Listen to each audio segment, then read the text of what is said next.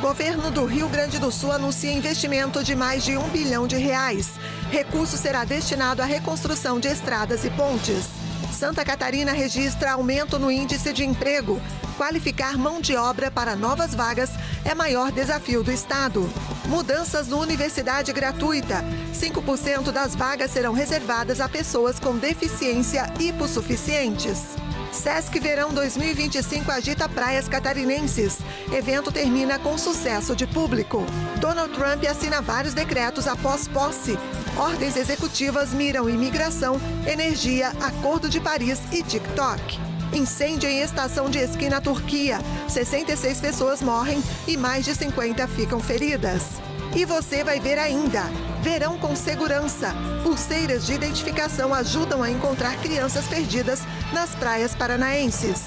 Essas e outras notícias a partir de agora no Pix News.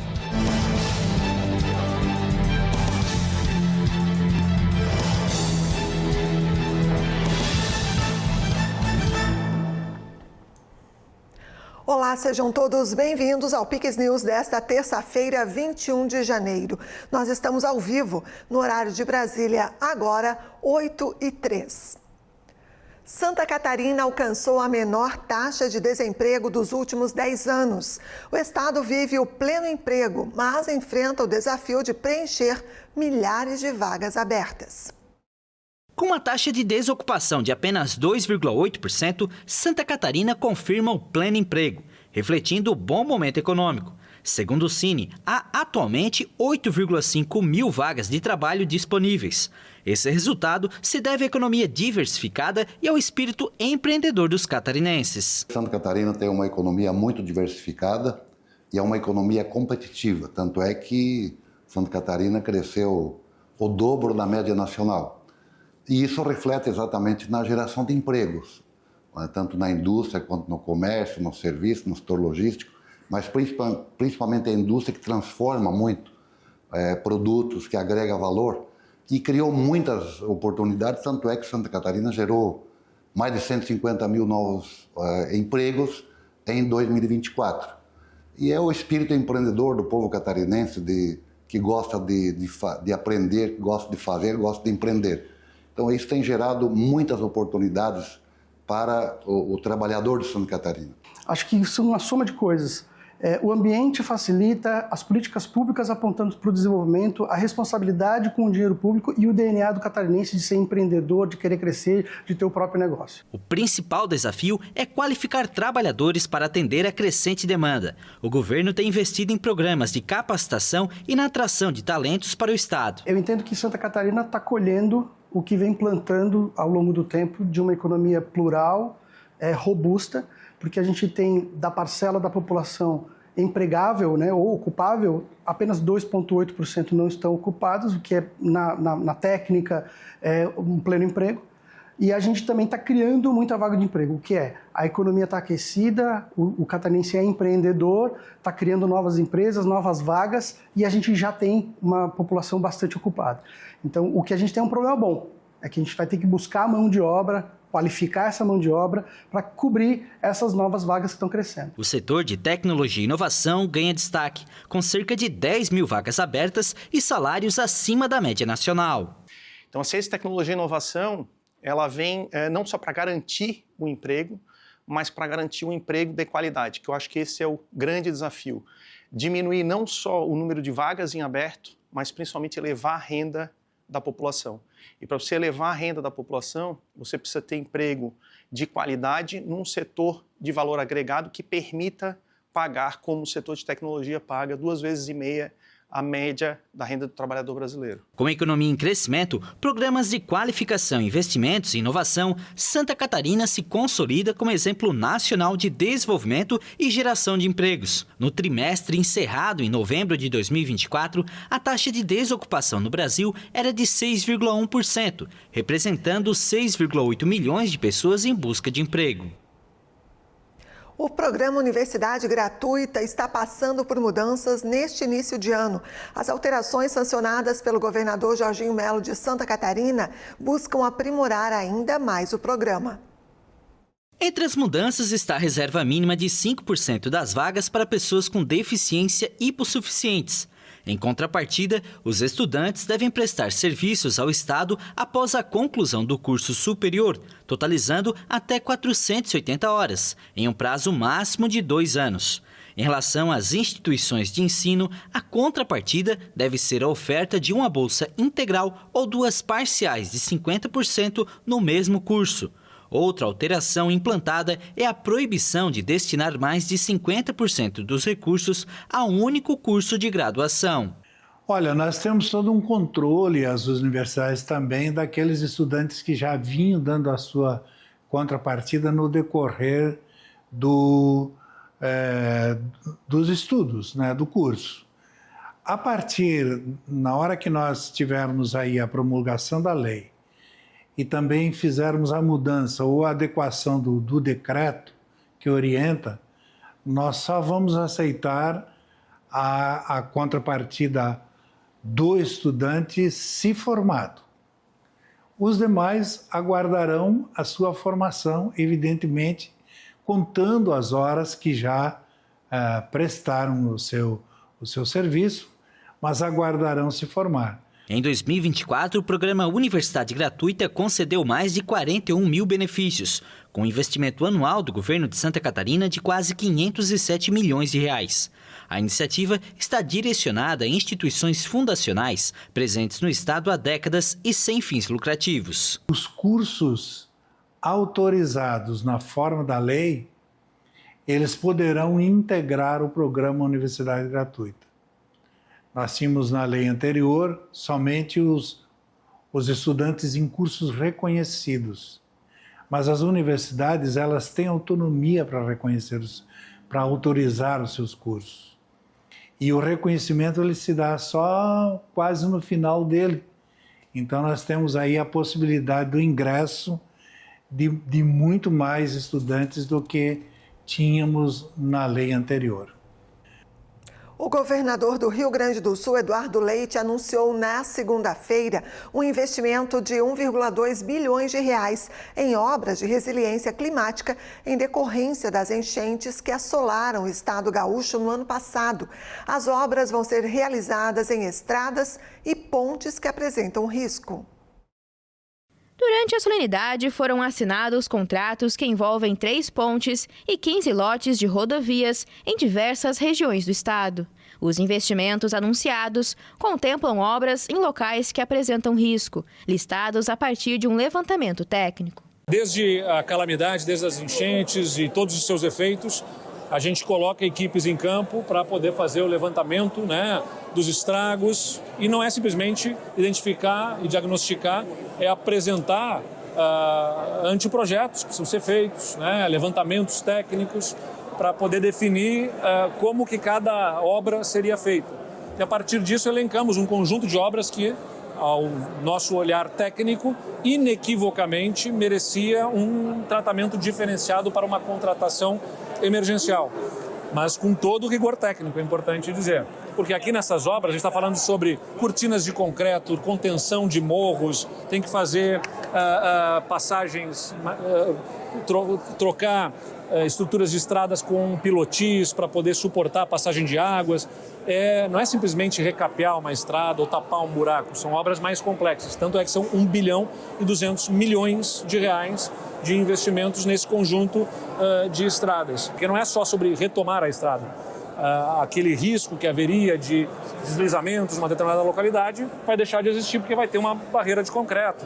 Então é resiliência, a capacidade de resistir a novos eventos climáticos que a gente vai estar viabilizando para as estradas gaúchas também. Os recursos fazem parte do Plano Rio Grande, o Programa de Reconstrução e Resiliência Climática do Estado Gaúcho, lançado em 2024.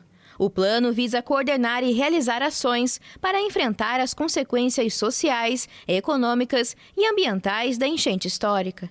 Do total que será investido, 1,18 bilhão será destinado a rodovias e 65,6 milhões para pontes.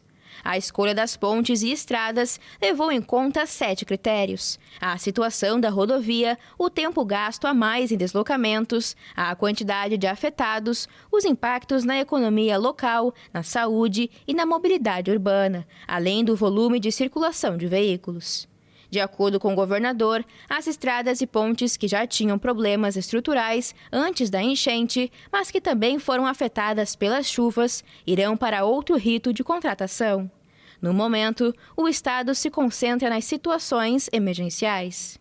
Algumas estradas, nós identificamos a importância de fazer requalificação total delas, mesmo que elas tenham sido atingidas em algum ponto por conta das enchentes. Houve um entendimento de que colocar num rito de contratação emergencial, que tem um processo licitatório abreviado, fragilizaria esse instrumento e colocaria em risco as contratações. Então nós colocamos aqui, neste lote de contratação, aquilo que tecnicamente, olhado pelos técnicos do Estado, não deixa margem de dúvida nenhuma de que são estradas que também pontes rompidas, cabeceiras que precisam ser refeitas, estradas inteiras como a Agudo Dona Francisca, que estão completamente interrompidas e que precisam ser restabelecidas. Então essas são inequivocamente emergenciais. Outras estradas que precisam também ser qualificadas e melhoradas, também por conta de situações das chuvas, mas que não é só por causa das chuvas, já tinha algum problema estrutural anterior, essas vão para um outro rito de contratação, que vai obedecer a contratação num processo que leva um pouco mais de tempo, mas que vai acontecer ao longo desse ano. O presidente Lula nomeou nesta terça-feira o diplomata especialista em desenvolvimento sustentável para chefiar a 30ª Conferência das Nações Unidas sobre Mudança do Clima. O embaixador André Aranha Corrêa do Lago será o presidente da COP30, prevista para ocorrer em novembro em Belém. Ele é o secretário de Clima, Energia e Meio Ambiente do Ministério das Relações Exteriores e vai ter a missão de conduzir as negociações para o acordo global sobre o tema. Corrêa do Lago tem experiência em temas de meio ambiente, desenvolvimento sustentável e mudança do clima e foi negociador-chefe do Brasil em fóruns internacionais sobre o tema. Após a nomeação, o diplomata agradeceu a confiança e disse que o Brasil pode ter um papel incrível na COP deste ano, que, segundo ele, será construída com diversos atores, governo, sociedade civil e empresariado. A secretária nacional de Mudança do Clima do Ministério do Meio Ambiente e Mudança do Clima, Ana Toni, será a diretora executiva da COP30. Em Santa Catarina, o Sesc Verão 2025 levou centenas de pessoas a praias de Laguna, Florianópolis e São Francisco do Sul. O Sesc Verão 2025 chegou ao fim nesta segunda-feira nas praias do Mar Grosso, em Laguna, dos Ingleses, em Florianópolis e da Enseada, em São Francisco do Sul, deixando um gostinho de quero mais. O evento gratuito agitou o litoral catarinense desde o último dia 10, com uma programação recheada de lazer, cultura, esporte, ações sociais e muita diversão. Ao longo de 10 dias, o Sesc promoveu atividades que levaram energia e alegria do norte ao sul do estado. O Sesc Verão 2025 apresentou uma agenda diversificada com shows, competições esportivas, práticas terapêuticas, ginástica e iniciativas sociais, como o Projeto Golfinho, em parceria com o Corpo de Bombeiros Militar de Santa Catarina. O evento conquistou pessoas de todas as idades, promovendo o bem-estar físico, mental, emocional e social. Em Laguna, segundo Gustavo Teixeira Filho, técnico de lazer do Sesc Laguna e responsável pelas atividades, mais de 35 mil pessoas passaram pela arena, um público bem expressivo segundo a organização. No total, o Sesc Verão 2025 atraiu mais de 80 mil pessoas aos 3 destinos turísticos e para quem não pôde participar, fica o recado. Ano que vem tem mais. Agora uma pausa e você vai ver a seguir. Incêndio em estação de esqui na Turquia deixa mais de 60 mortos. Donald Trump assina vários decretos. Ordens executivas miram imigração, energia, Acordo de Paris e TikTok.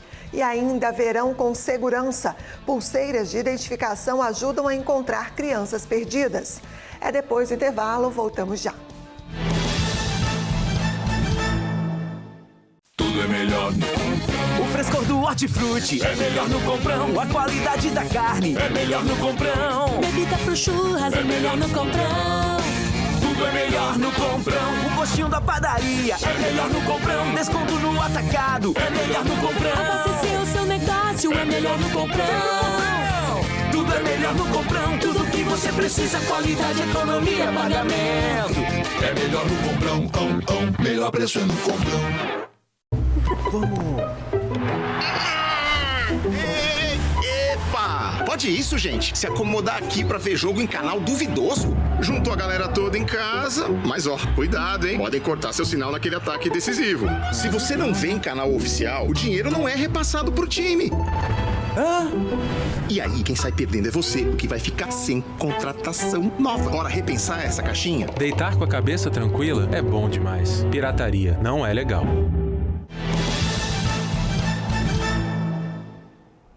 Estamos de volta agora, 8h17. Vamos com alguns destaques internacionais, começando com a notícia de que pelo menos 66 pessoas morreram e mais de 50 ficaram feridas em um incêndio em um hotel de uma estação de esqui na Turquia. As causas da tragédia estão sendo investigadas. Várias pessoas morreram e dezenas ficaram feridas em um incêndio em um hotel na estação de esqui de Kartalkaya, na região central da Turquia. O ministro do Interior turco, Ali Yerlikaya, disse na rede social X que o incêndio na província central de Bolu foi declarado nas primeiras horas da manhã e acrescentou que 267 bombeiros e equipes de resgate foram mobilizados na manhã desta terça para combater as chamas. O fogo começou nos andares superiores do hotel por razões ainda desconhecidas. As chamas se espalharam rapidamente devido ao revestimento de madeira do prédio. Os funcionários do local ajudaram na retirada das pessoas. De acordo com a emissora privada turca NTV, havia 237 hóspedes no hotel no momento do incêndio. Pelo menos 16 pessoas morreram e 10 ficaram feridas em um deslizamento de terra provocado por fortes chuvas em uma província central na ilha de Java, na Indonésia. Várias pessoas permanecem desaparecidas. Moradores e equipes de resgate tiveram muito trabalho para transportar os corpos das vítimas. Autoridades explicaram que a área mais afetada fica em uma região montanhosa. Deslizamentos de terra ocorrem com frequência no extenso arquipélago indonésio durante a estação chuvosa entre novembro e abril. O fenômeno foi agravado em algumas regiões pelo desmatamento. Em novembro de 2024, inundações causadas por fortes chuvas mataram 27 pessoas no oeste do arquipélago. O presidente americano Donald Trump tirou os Estados Unidos do Acordo Climático de Paris. A medida foi anunciada nesta segunda-feira, logo após a posse. Trump assinou uma ordem executiva para tirar pela segunda vez os Estados Unidos do Acordo Climático de Paris, um ato desafiador para os esforços globais para enfrentar o aquecimento global, enquanto eventos climáticos extremos se espalham pelo mundo. Trump também assinou uma carta formal dirigida à ONU, notificando a organização sobre a decisão do país de deixar o acordo histórico de 2015, que busca reduzir as emissões de gases do efeito estufa que impulsionam as mudanças climáticas. A saída do acordo levaria um ano após a apresentação de uma notificação formal às Nações Unidas, que patrocinam as negociações globais sobre o clima. Mesmo antes da saída formal do país, essa decisão representa um duro golpe para a cooperação internacional destinada a reduzir a dependência de combustíveis fósseis. Críticos alertam que a medida poderia incentivar outros grandes emissores, como China e Índia, a reduzirem os próprios compromissos. O republicano também declarou que a administração dele vai anunciar uma emergência energética nacional para ampliar significativamente a exploração de petróleo. E além do acordo climático, o presidente americano Donald Trump também assinou uma série de ordens executivas na noite de segunda-feira. O republicano assinou o decreto para tirar o país da Organização Mundial da Saúde.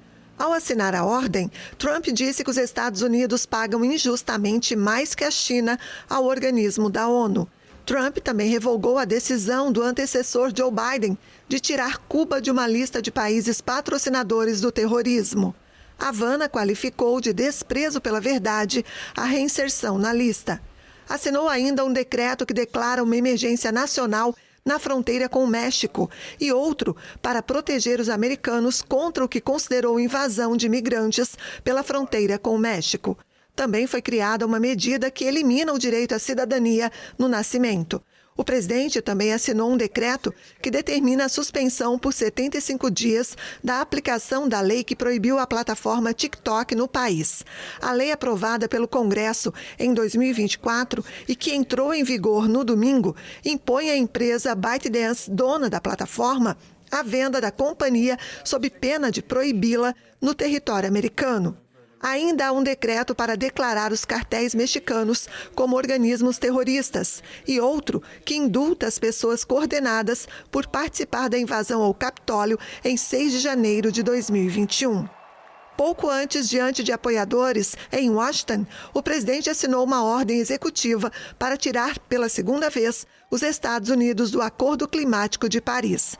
Esta decisão representa um duro golpe para a cooperação internacional destinada a reduzir a dependência de combustíveis fósseis. Uma saudação controversa. O magnata Elon Musk causou polêmica com uma demonstração de gratidão durante a posse de Donald Trump na noite desta segunda-feira. Alguns críticos compararam a uma saudação nazista. Thank you. A situação ocorreu na noite desta segunda-feira, quando o proprietário da X, SpaceX e Tesla discursavam em Washington para apoiadores do presidente dos Estados Unidos. Alguns historiadores disseram que foi claramente uma saudação nazista, mas outros descartaram a comparação e afirmaram que o gesto era de um homem socialmente peculiar. A Anti-Defamation League, uma organização criada para combater o antissemitismo, que já criticou Musk no passado, defendeu a pessoa mais rica do mundo desta vez. Em comunicado, a organização destacou que a reação parecia ser Elon Musk fazendo um gesto estranho em um momento de entusiasmo, mas não uma saudação nazista. Em resposta às críticas, o próprio Musk escreveu que os detratores terão que encontrar truques sujos melhores para criticá-lo. A União Europeia confirmou nesta terça-feira que pretende criar uma proteção aos agricultores que podem ser afetados pelo acordo com o Mercosul. O tratado, que pode criar a maior zona de livre comércio do mundo, enfrentou muita oposição de setores agrícolas, especialmente na França. Um porta-voz da União Europeia afirmou que deve criar um fundo de reserva de pelo menos 1 bilhão de euros, o equivalente a mais de 6 bilhões de reais, para os agricultores europeus afetados pelo acordo comercial com o bloco do Mercosul. Uma fonte da Comissão Europeia, o braço executivo da União Europeia, afirmou que o fundo de reserva vai ser criado como parte do próximo orçamento de médio prazo do bloco, abrangendo o período entre 2028 e 2034, que ainda não foi negociado. Um dos porta-vozes da comissão afirmou que a intenção é que essa seja uma espécie de apólice de seguro para os agricultores. O acordo entre a União Europeia e o Mercosul, anunciado em dezembro, tem como objetivo criar uma área de livre comércio para 700 milhões de pessoas. O tratado ainda enfrenta forte oposição da França e de grupos agrícolas europeus, que reclamam das consequências do acordo sobre a competitividade. A comissão argumenta que o pacto abre valiosas oportunidades de exportação para os setores agrícola e alimentício, além de afirmar que fortes proteções foram negociadas para salvaguardar setores sensíveis. O fundo de 1 bilhão de euros atuaria como último recurso no caso dessas proteções falharem. A China bateu recorde de instalação de fontes de energia renovável em 2024. Nesta terça-feira, o país se mostrou preocupado com a retirada dos Estados Unidos do Acordo de Paris, que busca limitar o aquecimento global. A China, o maior emissor de gases de efeito estufa do mundo, instalou uma capacidade recorde de energia renovável no ano passado. Segundo os dados oficiais da Administração Nacional de Energia, divulgados nesta terça-feira, o país adicionou uma capacidade instalada de cerca de 277 gigawatts de energia solar em 2024, acima dos 217 adicionados em 2023. Além disso, expandiu sua capacidade de energia eólica em cerca de 80 megawatts, também mais do que no ano anterior. Isso eleva a capacidade total instalada de energia solar e eólica para 887 e 521 gigawatts, respectivamente. Pequim tem o objetivo de atingir suas emissões máximas de CO2 até 2030 e alcançar a neutralidade de carbono até 2060. A China é o maior emissor de gases de efeito estufa do mundo, mas também é o país que tem aumentado a capacidade de produção de energia a partir de fontes renováveis mais rapidamente nos últimos anos. O país está instalando mais capacidade de energia solar e eólica do que o resto do mundo combinado. De acordo com a Agência Internacional de Energia, o investimento superou os 50 bilhões de dólares ou 300 bilhões de reais nessa área de 2011 a 2022. Nesta terça-feira, o governo chinês se mostrou preocupado com a saída dos Estados Unidos do Acordo Climático de Paris, anunciada na véspera pelo presidente Donald Trump. O porta-voz do Ministério das Relações Exteriores da China, Guo Jiakun, afirmou que a mudança climática é um desafio comum enfrentado por toda a humanidade e nenhum país pode permanecer insensível ou resolver o problema sozinho. Em apenas um mês de verão, mais de 38 mil pulseiras de identificação foram distribuídas nas praias do Paraná. A iniciativa já ajudou a localizar 600 crianças perdidas e também beneficia outros grupos vulneráveis, como idosos. Desde o início do verão, as Forças de Segurança Pública do Paraná têm distribuído pulseiras de identificação em praias e balneários do litoral e da região noroeste. O objetivo é prevenir o desaparecimento de crianças e pessoas vulneráveis. As pulseiras, que contêm o nome da criança e o telefone de um responsável, já foram entregues a mais de 38 mil pessoas. Em 600 casos, elas foram efetivas para localizar rapidamente crianças perdidas. Brincando ali, escorregando no escorregador, quando eu ia ver, cadê ele? Já estava lá no meio da areia ali, da praia. A gente gostou bastante, viu? Tanto aqui quanto ali no evento lá na frente, quando chegou lá eles também colocaram as pulseirinhas nele e achei bem interessante. Tchau, tchau. Bom passeio. A ação conta com a atuação integrada de todas as forças de segurança, incluindo Polícia Militar, Corpo de Bombeiros e Polícia Civil. As pulseiras são disponibilizadas em postos fixos, unidades móveis e arenas do Verão Maior Paraná. Ao registrar o desaparecimento de uma criança, as equipes acionam um protocolo de busca que pode envolver viaturas e quadriciclos. Como medida preventiva, a expectativa é sempre que não seja necessária a efetiva utilização, mas em muitos casos tem sido e com bastante resultado. Nós tivemos o registro desde o início da operação de aproximadamente 600 crianças que foram localizadas graças a esse material. No litoral inteiro, principalmente, alguns registros também na costa noroeste, mas principalmente aqui na região das praias. Além de crianças, o acessório também atende a idosos com doenças como Alzheimer e adultos com deficiência intelectual. As pulseiras são distribuídas diariamente em praias de Matinhos, Guaratuba, Pontal do Paraná, Porto Rico e Marilena. Em eventos, como shows na praia de Caiobá, a medida tem sido eficaz. Na semana passada, a polícia encontrou rapidamente um menino de 7 anos que havia se perdido durante uma apresentação, graças à pulseira de identificação. Porque criança, tá, ao mesmo momento que está com você, ela corre, você se distrai um minutinho e ela se perde, né? Então, ela tendo a identificação, o telefone, para as pessoas identificarem e procurar a gente, é importante. E como é importante. Assim a gente encerra esta edição do Pix News. Mais notícias no nosso site e também nas nossas redes sociais, no @PixTVHD.